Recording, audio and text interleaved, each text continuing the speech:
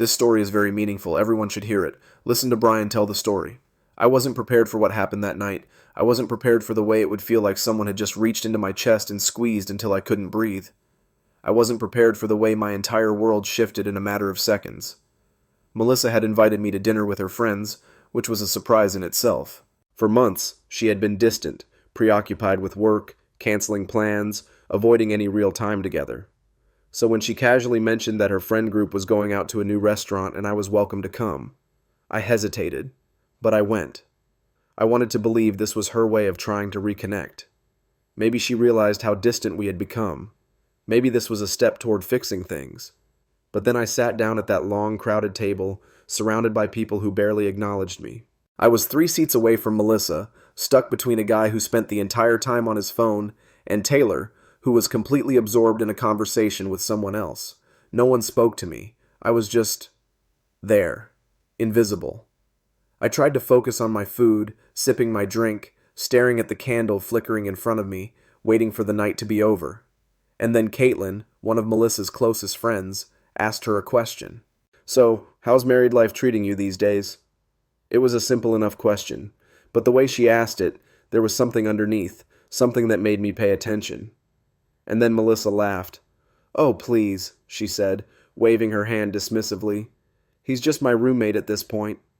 A punch to the gut would have felt kinder. I froze, my beer halfway to my lips. Roommate. She called me her roommate. And the worst part, she didn't say it like it was a joke. She said it like it was the most obvious thing in the world. The table erupted in laughter. Taylor nodded, adding something about how all husbands eventually turn into glorified roommates. More laughter followed, but the only thing I heard was the blood rushing in my ears. I looked at Melissa, hoping she would meet my eyes, hoping she would laugh and say she was kidding. But she didn't. She looked at me, saw that I had hurt her, and didn't care. I swallowed, my throat suddenly dry. And then I noticed something else. Not everyone was laughing. Olivia, one of Melissa's newer friends, sat at the far end of the table. She wasn't laughing. She wasn't even smiling. She was just looking at me. And in her eyes there was something I hadn't seen all night. Sympathy. The rest of the dinner was a blur. I barely spoke, barely ate. My mind was stuck on repeat, hearing her words over and over again. He's just my roommate. When we got home, Melissa dropped onto the couch and immediately started scrolling through her phone, as if nothing had happened. I stood there waiting for her to say something, to acknowledge what she had said. She didn't. So I asked, "So, I'm just your roommate now?" She didn't even look up. "What are you talking about?" "At dinner. You told your friends I was just your roommate." She rolled her eyes. "Oh my God, it was just a joke. Don't be so sensitive." It didn't sound like a joke. Well, it was. She finally looked up, annoyed. "You're seriously overreacting. Can we not do this right now? I'm tired." I stared at her, and I realized right then that I could scream, cry, argue, try to explain how much that comment had hurt me, and it wouldn't matter. Because she didn't care. She had stopped caring a long time ago. So that night, as I lay in bed beside her, staring at the ceiling, I made a decision. If she wanted me to be her roommate, I would be her roommate. The next morning I woke up before her and quietly got ready for work. But before I left, I made a stop at the bank. I opened a new account and transferred most of our savings into it, leaving only enough to cover my half of the bills. Roommates split things evenly, right? I stopped making breakfast for both of us. Stopped texting her during the day to check in. Stopped asking about her plans. Stopped waiting for her to come home for dinner. I started doing my own grocery shopping. Started ordering takeout just for myself. Started living as if we were 2 strangers who just happened to share a house. At first, she didn't seem to notice. But then, a week in, she started getting irritated. One night, she opened the fridge and frowned. "Did you forget to buy groceries?" I looked up from my laptop. "No." She blinked. "Then where's my almond milk?" I shrugged. "I don't drink almond milk." She huffed and slammed the fridge shut. Days passed and the distance between us grew. She started getting snappy, making comments about how I was acting childish. But I didn't argue. I was done arguing. Then, one night, as I sat in my car outside work, feeling exhausted from pretending I didn't care, I remembered the napkin Olivia had given me weeks ago. Her number. I hesitated.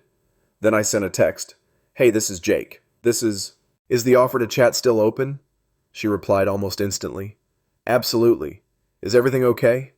We met for coffee that evening, and for the first time in months I had a real conversation with someone. She listened. Really listened. She didn't make excuses for Melissa, didn't try to downplay what had happened. I told her everything. She sighed, shaking her head. Jake, she talks about you differently when you're not around. My stomach twisted. How? Olivia hesitated. Then, finally, she said, she complains about you a lot. Says you're boring. That she feels stuck. I let out a breath I hadn't realized I was holding. I'm sorry, Olivia said quickly. I shouldn't have... No. I swallowed. I appreciate your honesty. Before we left, she touched my arm lightly. You deserve someone who's proud to be with you, not someone who treats you like an inconvenience. Her words echoed in my head long after I went home, but I still needed proof. So I bought an AirTag. It took less than a week to confirm what I already knew. Melissa wasn't just distant. She was cheating. She had been cheating for months. And now, I had proof. And I was finally ready to end this charade. I didn't confront her right away. I wanted to, but I held back. I needed to do this right. I needed to make sure there was no way she could manipulate the situation, twist it, turn it back on me like she had done so many times before. So I did what my lawyer had advised. I gathered everything. Every late-night location her AirTag showed. Every credit card statement that listed expensive dinners and hotel stays I hadn't been a part of. Every excuse, every lie, every carefully crafted deception. Then I met with David, my lawyer. He leaned back in his chair, flipping through the folder of evidence I had placed in front of him. Well, he said, a hint of amusement in his voice, this is as open and shut as it gets. You're in a solid legal position. The house is yours. You have proof of adultery. No kids involved. This can go fast. I nodded. That's what I want. No drama. Just done. He smirked. Smart man. But let's be prepared, just in case she tries to make this ugly. I expected nothing less. The night everything changed Friday night, I had planned it all out. Olivia agreed to be there, not just as a friend, but as a witness. I didn't tell Melissa I wasn't going to work that day. Instead, I spent the afternoon going over my plan with David, making sure every legal detail was in place.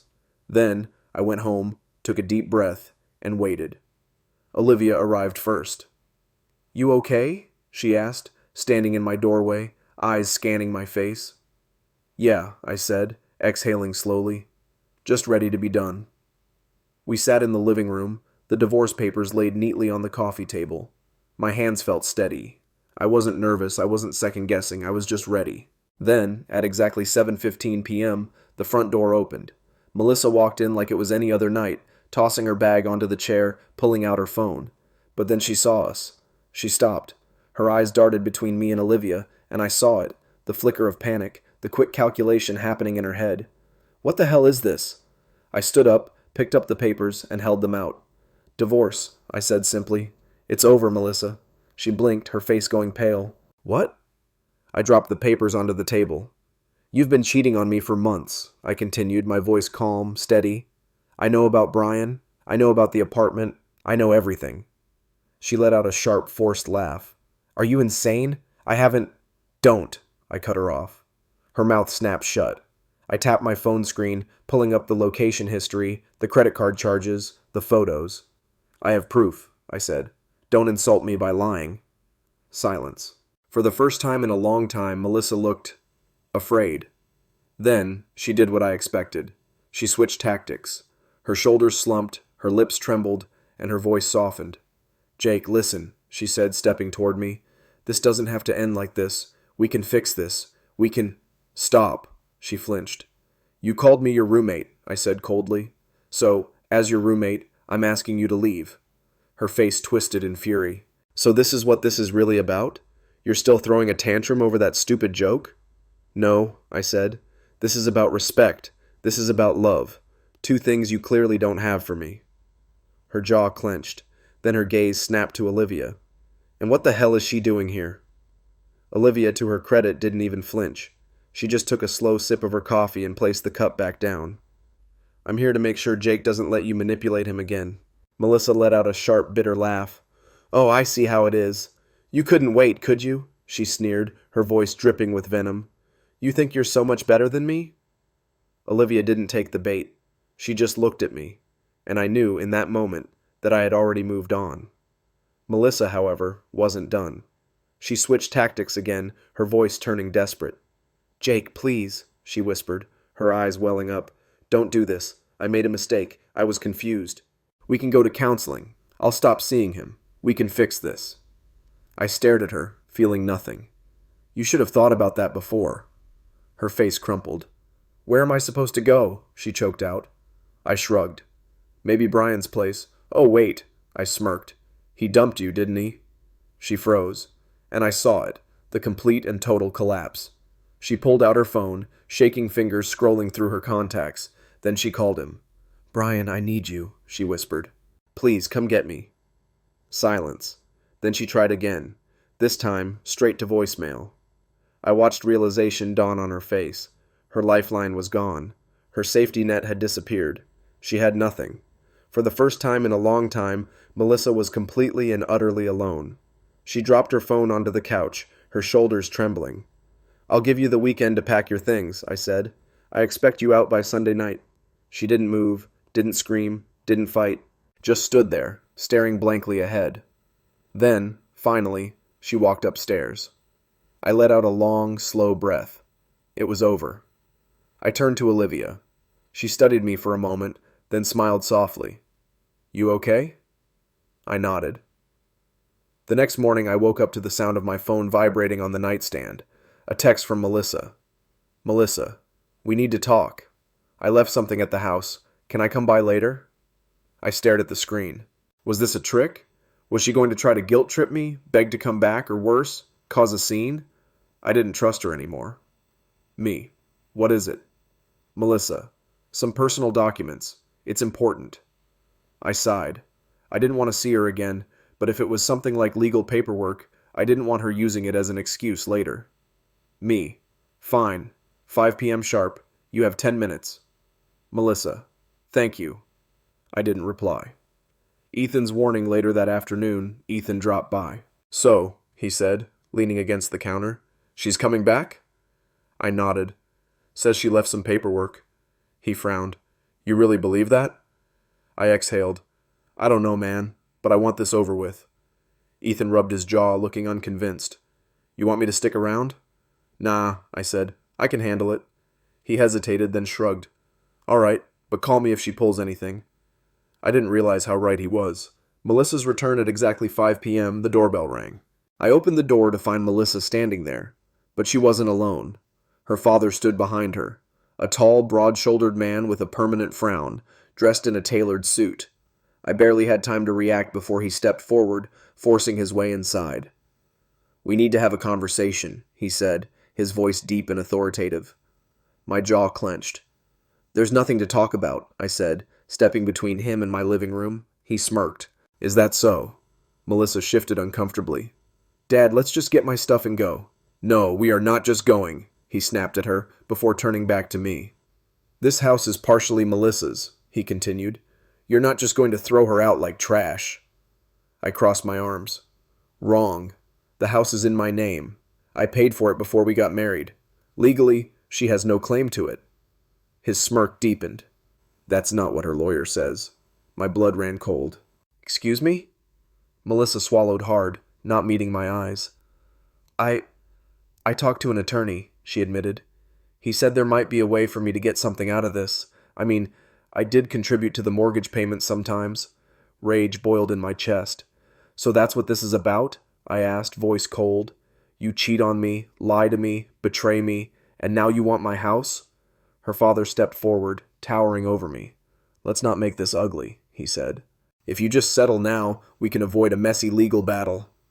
I clenched my fists, but before I could speak, another voice cut in. I think you should leave. I turned. Olivia stood in the hallway, arms crossed, staring at Melissa's father with the same unshaken calm she always had. He looked at her, confused. And you are? The person who's going to call the police if you don't get out of Jake's house. Melissa's father scoffed. The police? For what? For trespassing, she said. For harassment. Maybe even for attempted extortion. But mostly For being an arrogant ass. Melissa's father's face turned red. This isn't your business. It is when you show up to my friend's house and try to intimidate him into giving you money, Olivia shot back.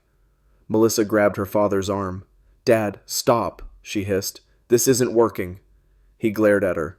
So you're just going to let him take everything? She bit her lip. For a second, I saw something flicker in her expression. Humiliation, maybe.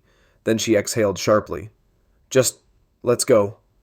Her father stared at her, then turned back to me. This isn't over, he said. I smirked. Yes, it is. He scowled, but finally turned and walked out, Melissa following behind him. As soon as the door shut, I let out a breath I hadn't realized I was holding. Olivia turned to me. You okay? I nodded. She smiled. I liked telling him off. I chuckled. I could tell. She nudged my arm. You still want to go get that celebratory drink? I grinned. For the first time in a long time, I finally felt free. Yeah, I said. Let's go. As the days passed, I felt something I hadn't in a long time. Peace. The house was mine again, not just in name but in presence. There was no more cold silence, no more walking on eggshells, no more waiting for Melissa to acknowledge me. The weight that had been pressing on my chest for so long had lifted. Melissa, on the other hand, wasn't doing so well. Word got around, thanks to Sophie, who, despite being her friend, wasn't blind to the truth. People in her social circle started whispering. The story of her calling me a roommate and then trying to take my house made its way through mutual acquaintances. Brian, her supposed safety net, never answered her calls again. He cut ties the moment he realized the mess she was in. Melissa had burned every bridge, thinking she could always build a new one, but this time, she was stranded. One evening, Sophie texted me. Sophie. She's been staying at her parents' place, but they're not happy. Her dad blames her for how everything turned out. She might have to move out soon. Me. And? Sophie. I don't know. I just thought you should know. Me. I stopped caring the moment she walked out that door. That was the truth. She had made her choices. Now she had to live with them. As for me, I found myself spending more time with Olivia. At first we kept it casual. Coffee, conversation, easy company. But somewhere along the way, something shifted. The way she looked at me lingered a little longer. The way she laughed at my jokes felt a little warmer. One night, after one too many drinks, I admitted something. You were right, I said, staring at the last sip of whiskey in my glass. About everything. About how I deserved better. Olivia smiled, but it was soft, like she had been waiting for me to say it. I'm just glad you finally see it. We didn't rush anything. We didn't have to. For the first time in a long time, I was in control of my own life, and I wasn't about to waste it. Melissa's downfall wasn't some grand, dramatic event. It was slow, humiliating, and exactly what she deserved. She had spent so long seeing me as insignificant, as someone she could walk over, that she never realized I was the one holding everything together. Her last message came 2 months later. Melissa, do you ever miss me? I stared at the text for a long time before finally replying. Me. No. Then I blocked her number. If there's anything to learn from this, it's that people will treat you the way you allow them to. For too long, I let Melissa make me feel small, like I was just another piece of furniture in her life. I thought if I was patient, if I worked harder, she would see my worth. But the truth is, you should never have to convince someone to respect you. So if you're in a situation like mine, if you're waiting for someone to finally notice you, ask yourself, why are you waiting? Why are you letting someone else dictate your worth? Because the moment I stopped waiting, the moment I took control, was the moment I finally started living again. Let me know what you think in the comments. Have you ever been in a situation like this? How did you handle it? I'd love to hear your thoughts.